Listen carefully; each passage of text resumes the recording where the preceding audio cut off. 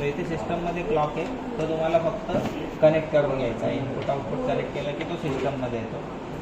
If you measure the clock signal, first you are supposed to note this down, the clock frequency. Clock frequency is 2 kilohertz.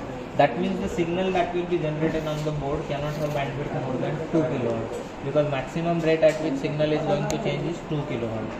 ठीक आहे. इथे तुमच्याकडे pattern आहे, pattern P1 आणि pattern P2. So first thing is you are suppose to note down the pattern P1 and P2. Analog signal, when you consider analog signal usually is characterized by amplitude, phase and frequency. Digital signal is characterized by bit period, bit rate and bandwidth. You are supposed to note this parameter of any digital signal. Digital signal चा bit period काय असतो?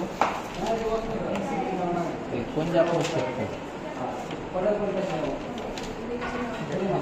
तू शिकतोय का? Wow, ते कॉलेजमध्ये होतं तेच? हे अवघड लँग्वेज आहे. किती अल्फाबेट आहेत त्याच्यात?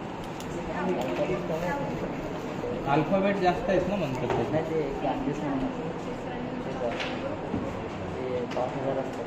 हो 1011 असा सपोज सिग्नल आहे, थोडा मोठा आहे. हा प्रत्येक बिटचा जो पिरियड असतो ना तो फिक्स असतो, ठीक आहे. आणि हा सिंगल बिटचा एक्झिस्टन्सचा जो पिरियड असतो याला म्हणतात T B. And R B is number of bits that are transmitted per second, hence it is equal to 1/TB. Unit is bits per second. म्हणजे आर झेड असो NRZ असो, data rate is going to remain same because each bit is having same period. Only thing is it will exist either for full time or half time. So you are supposed to measure this bit rate. Bandwidth is different. Bandwidth of this signal will be observed in frequency domain. So there will be a spectrum, so m omega f, and spectrum usually is a sin square function. It is like this. Whatever is first cut off, this much is bandwidth. So never measure bandwidth of a signal, digital signal by using the time domain observation. Bandwidth नेहमी frequency डोमेनलाच check करायची असते. आता naturally ही जी bandwidth येते this is equal to FB. Bandwidth is equal to FB for NRZ data, that is 1/TB, आणि RZ साठी ती 2FB येते. तर आपल्याकडे हा सिग्नल आहे. First we will measure its bit period. तो कसा मेजर करायचा? Take a cursor, source is channel 1, type should be time. Put one cursor at the starting point of एक सिंगल बिट ॲडव्हान्स काय करायची, त्या बिटच्या स्टार्टिंग पॉईंटला पहिला कर्सर लावायचा, एंड पॉईंटला दुसरा कर्सर लावायचा. You can see that delta is 1 millisecond. So your TB for given data is 1 millisecond. Immediately you can calculate RB, it is 1000 bits per second किंवा 1 kbps. ठीक आहे. Now the bandwidth. For bandwidth you should go to FFT. Source should be channel 1. Stop it. You can see असा दिसतो साधारण ते in the FFT frequency. If you take out this will be 1 kilohertz. Cursor position difference नाही बघायचा, cursor position बघायचा. 1 kilohertz. So 1 kilohertz is the bandwidth. So you can write down bandwidth is equal to 1 kilohertz. हे असं त्याचे parameters लिहायचे. So similarly, like you observe this, you are going to observe the other as well. This has 10100. ठीक आहे. One more thing, sometimes what happens is when number of bits are similar. याच्यामध्ये तुम्ही बघू शकता की 1 आहे आणि काही झिरोज आहेत. So how many zeros are there? To understand that you already have calculated the bit period. So put one cursor at starting point of zeros, put other cursor at the ending point of the zero.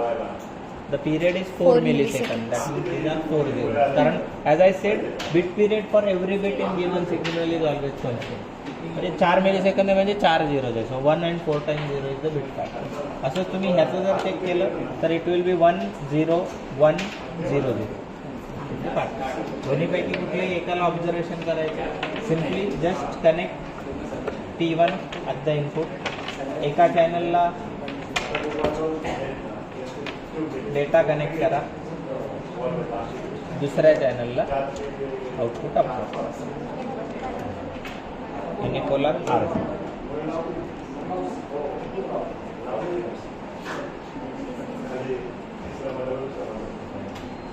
हे दोन्ही overlap करून घ्या.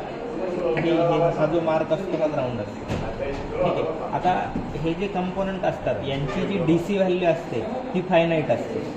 दिस has high DC component unipolar data format. जर तुम्ही हे AC कपलिंगमध्ये बघितलं तर तो स्लाइटली शिफ्टेड दिसतो, म्हणून हे DC कपलिंगमध्येच बघायचं.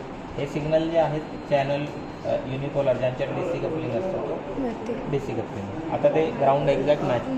युनिपोलार RZ म्हणजे हाफ टाईमला 0. जे तुम्हाला थेरॉटिकली सांगितलं तसा डेटा फॉर्मॅट दिसतो की नाही चेक करायचं. NRZ आहे म्हणजे ॲज इट इज.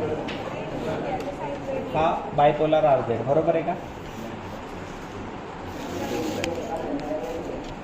हा बायपोलर RZ आहे का? What is bipolar? How many voltage level?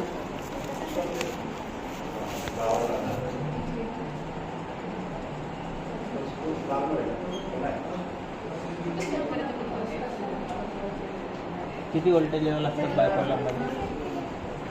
Bipolar आहे का हा? हा बायपोलरमध्ये अल्टरनेट मार्क इन्व्हर्जन असतं. Alternate 1 changes voltage level. पहिला 1 इज पॉझिटिव्ह, दुसरा 1 is negative. Here you can see that 1 is represented using positive and 0 is representing using negative. So 1 starts at positive and at half time it is returning to 0. So it is polar RZ. It is not bipolar RZ, it is polar RZ. हा alternate mark inversion, bipolar inversion. Alternate 1 changes its position. आणि हा split phase. Split phase Manchesterमध्ये 1 will start at positive and at negative. That is the thing. But you can see that you must be thinking that 1 is starting at positive and ending at 0. This is because it is in DC coupling. Now the split phase Manchester has got 0 DC component. So it has to be observed in AC coupling.